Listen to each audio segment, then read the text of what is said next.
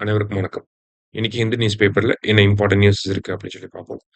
முதல்ல பார்த்தீங்கன்னா, நேத்து எலக்ஷன் கமிஷன் ஆஃப் இந்தியா தமிழ்நாட்டுல எவ்வளவு பேர் ஓட்டு போட்டிருக்காங்க அப்படிங்கிற அஃபிஷியல் டேட்டாவ வெளியிட்டிருக்காங்க.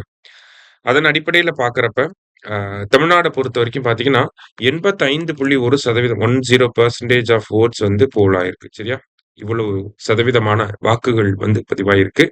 அதுல ஆண்கள விட பெண்கள் பார்த்தீங்கன்னா, இன் டெர்ம்ஸ் ஆஃப் அப்சல்யூட் நம்பர்ஸ்ன்னு பார்த்தோம்னா, பெண்கள் அதிகமா வாக்களிச்சிருக்காங்க. சதவீத அடிப்படையில பார்க்கிறப்ப, விமனோட வோட்டர் டர்ன் அவுட் 86% இருக்கு.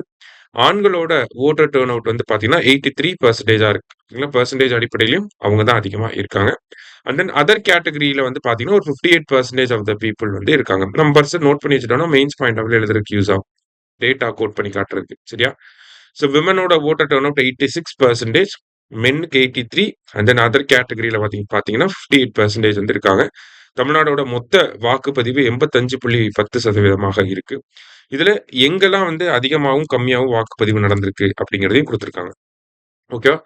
தமிழ்நாட்டிலேயே அதிகமா எங்க வாக்கு அதிகமா பதிவாயிருக்கு, எந்த தொகுதியில அப்படின்னு சொல்லி பார்த்தீங்கன்னா, கரூர் தொகுதியில 93.41% வாக்குகள் பதிவாயிருக்கு. ஓகேவா? அடுத்தது வீரபாண்டி, குளித்தலை, குமாரபாளையம், பாலக்கோடு அப்படின்னு சொல்லி வரிசையா வருது. ஓகேவா? நான் 5 தொகுதிகள குடுத்துருக்காங்க டாப் 5ல. பாட்டம் 5ல இருக்கிறதுலயே கம்மி எங்க அப்படின்னு சொல்லி பார்த்தீங்கன்னா, பாளையங்கோட்டையில தான் இருக்கிறதுலயே கம்மி. சரியா? அதுக்கப்புறமா கிள்ளியூர், மதுரை நார்த், மதுரை சென்டர், குளச்சல் அப்படின்னு சொல்லி 5 தொகுதிகள குடுத்துருக்காங்க. டாப் 5 பாட்டம் 5 ஜஸ்ட் தெரிஞ்சு வச்சுக்கோங்க. சரியா? எங்கேயாவது எழுதுறதுக்கு யூஸ் ஆகும். ஓகேவா?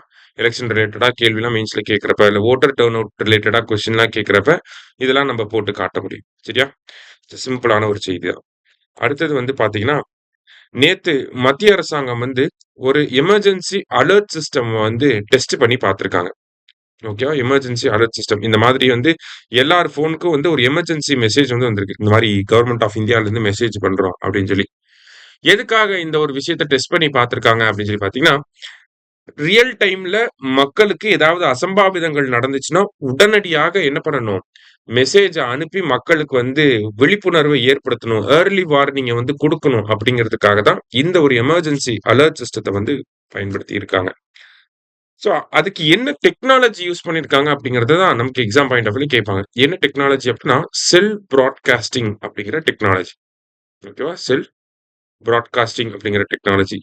இந்த செல் பிராட்காஸ்டிங் டெக்னாலஜி மூலியமா ஒரு ஜியோகிராபிக்கல் ஏரியாவ எடுக்கிறோம்னா, அந்த ஜியோகிராபிக்கல் ஏரியால இருக்கக்கூடிய எல்லா ஃபோனுக்கும் நம்ம என்ன பண்ண முடியும்?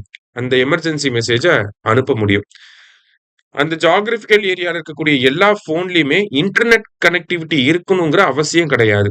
என் ஃபோன்ல நெட் இருந்தாலும் சரி, இல்லனாலும் சரி, தூத்துக்குடி மாவட்டத்த செலக்ட் பண்ணி செல் பிராட்காஸ்டிங் பண்றாங்க அப்படின்னா, என் ஃபோன்ல நெட் இருந்தாலும் சரி, இல்லனாலும் சரி, எனக்கு அந்த மெசேஜ் ரிசீவ் ஆகிரும். சரியா? ரிசீவ் ஆகுறப்போ ஒரு அலாரத்தோட ரிசீவ் ஆகும். அந்த மாதிரி இருக்கக்கூடியது அந்த எமர்ஜென்சி அலர்ட் சிஸ்டம் அப்படிங்கிறது. இந்த செல் பிராட்காஸ்டிங் அப்படிங்கிறது உள்நாட்டிலேயே டிசைன் பண்ண ஒரு தொழில்நுட்பம். அத டெவலப் பண்ணது யார் அப்படின்னு சொல்லி பார்த்தீங்கன்னா, நேஷனல் டிசாஸ்டர் மேனேஜ்மென்ட் அத்தாரிட்டி அவங்களும், சிடாட் அப்படின்னு சொல்லக்கூடிய centre for department of telematics அப்படின்னு சொல்லுவாங்க. ஓகேவா? Centre for department of telematics அப்படிங்கிற ஒரு அமைப்பு இருக்கு. ஓகேங்களா? 1984ல இந்த அமைப்பு உருவாக்கியிருப்பாங்க. இந்த சிடாட்டும், என்டிஎம்ஏவும் சேர்ந்து தான் இந்த ஒரு டெக்னாலஜிய டெவலப் பண்ணியிருக்காங்க. அத நேத்து டெஸ்ட் பண்ணி பார்த்துருக்காங்க. சரியா? ஏன் தமிழ்நாட்டுல வரலன்னா, தமிழ்நாட்டுல இன்னும் இந்த எலக்ஷன் வேலையெல்லாம் இன்னும் முடியலல்ல. அதனால நமக்கு வரல. மத்த ஊருங்களுக்குலாம் வந்திருக்கு. ஓகேவா? இன்னைக்கு 2 முக்கியமான செய்திகள பார்த்துருக்கோம். நன்றி.